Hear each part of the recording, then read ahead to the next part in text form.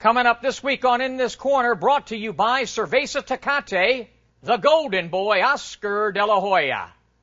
Very emotional Olympics for you. Talk about that. It was a very, very difficult process. My mother had cancer.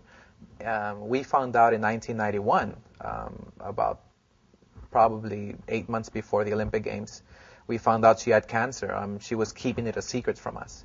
And so that really, hit hard. It was just devastating to us. And I wanted to retire from the sport. I wanted no more because my biggest supporter was my mother, and now she has cancer. Why do I want to do this anymore? I called it quits for about 2 months. And I don't know. We were dealing with the problem, and unfortunately, she passed away several months after that. Retired or called it quits, and just one day out of the blue, I said to myself, okay, my mother's not here. I have to deal with it. But if she was here, she would want her son to go to the Olympic Games because that was her dream, is for her son to go to the Games and win the gold. So out of the blue, I said to myself, you know what, I'm going to lift myself up and go to the gym, qualify for the team, and make the Olympic team and win the gold for her. And so it was very difficult because I had to deal with all the emotions, but I managed. And so I qualified. I went out there to Barcelona. After every single fight, I remember I would just leave the ring, and once I left the ring, I would just start crying. Just remembering my mother, and it was difficult. But I got through. After 5 or 6 fights that I fought in the Olympics, I was very, very fortunate to win the gold. Felix Trinidad. Now, going into that fight, I picked Trinidad to win. Midway through the fight, it's yours. You had it, and I thought that you perhaps even did enough still to win it. But what went wrong? I should have closed the show. I shouldn't have listened to my corner, and I should have closed the show. He's a devastating puncher. He's a tremendous athlete. I respect him a great deal.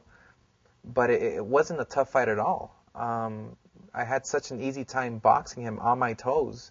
But those last 3 rounds, I kind of regret because I did box him too much.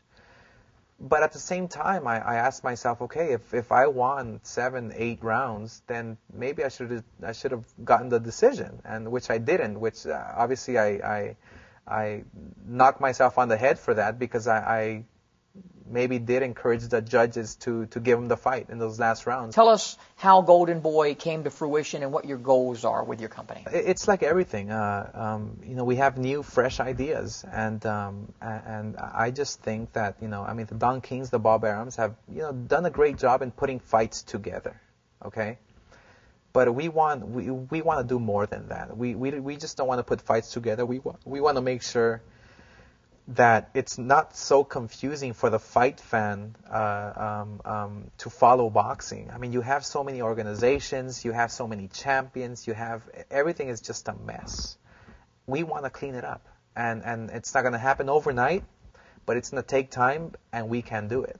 We have the right team, we have the right people behind us, and we just feel we can do it because there's such tremendous opportunity in the sport of boxing. It's not at the level where it should be.